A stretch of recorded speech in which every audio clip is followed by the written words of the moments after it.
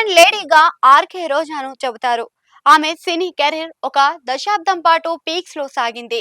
ఆమె top star అందరితోనూ కూడా టాలీవుడ్ లో నటించి మోస్ట్ పాపులర్ హీరోయిన్ గా గుర్తింపు తెచ్చుకున్నారు.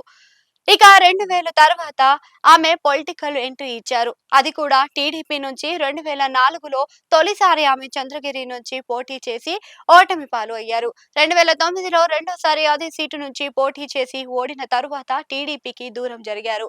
కాంగ్రెస్ లో చేరే ప్రయత్నంలో ఉండంగానే వైఎస్ఆర్ మరణించారు. ఇక వైఎస్ జగన్ పార్టీలో ఆమె చేరి 2014లో తొలిసారి ఎమ్మెల్యే అయ్యారు. అదే ఊపులో 2019లో మరోసారి గెలిచి ఏకంగా మంత్రి అయ్యారు.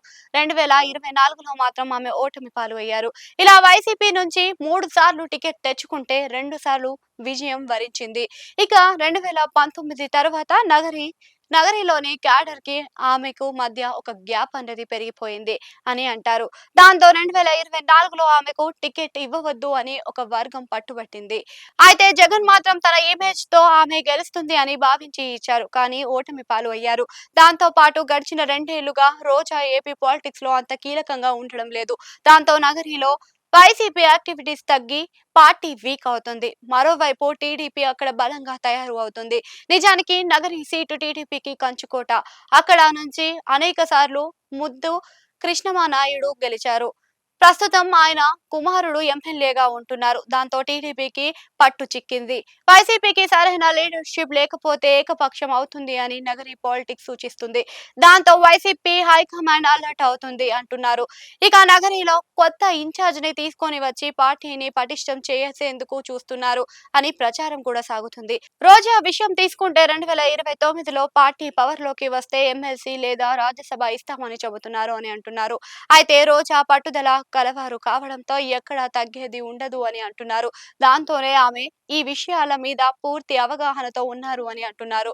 అలా ఆమె ప్లాన్ బి తో ముందుకు సాగుతున్నారు అని అంటున్నారు. అందులో భాగమే ఆమె తమిళనాడులో డీఎంకేకు ప్రచారం చేయడం అంటున్నారు. రేపటి రోజున డీఎంకే గెలిస్తే అప్పుడు ఆ ప్రభుత్వంలో నుంచి మంచి అవకాశాలు వస్తాయని సూచిస్తున్నారు అని కూడా అంటున్నారు. రోజా తెలుగు, తమిళ్ మూవీస్ ఎక్కువగానే చేశారు. ఆమె భర్త సెల్వమణి కూడా తమిళ దర్శకుడు. స్టాలిన్ కుటుంబంతో రోజా ఫ్యామిలీకి మంచి రిలేషన్స్ ఉన్నాయి అని అంటున్నారు. దాంతో వైసీపీ కనుక నో చెబితే తమిళనాడు పాలిటిక్స్ లోకి ఎంట్రీ ఇవ్వాలని రోజా చూస్తున్నారని అంటున్నారు. వైసీపీకి ఈ పరిణామాలు ఎలా ఉంటాయన్నది ఇప్పుడే ఎవరు చెప్పలేరని అంటున్నారు.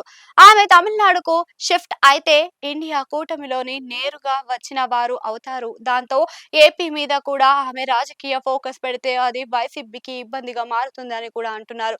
చూడాలి మరి ఆర్కే రోజా రాజకీయ ఎత్తుగడలు ఏ విధంగా ఉంటాయో. ఈ ప్రచారం ఎలాంటి ఎండ్ కి చేరుకుంటుందో.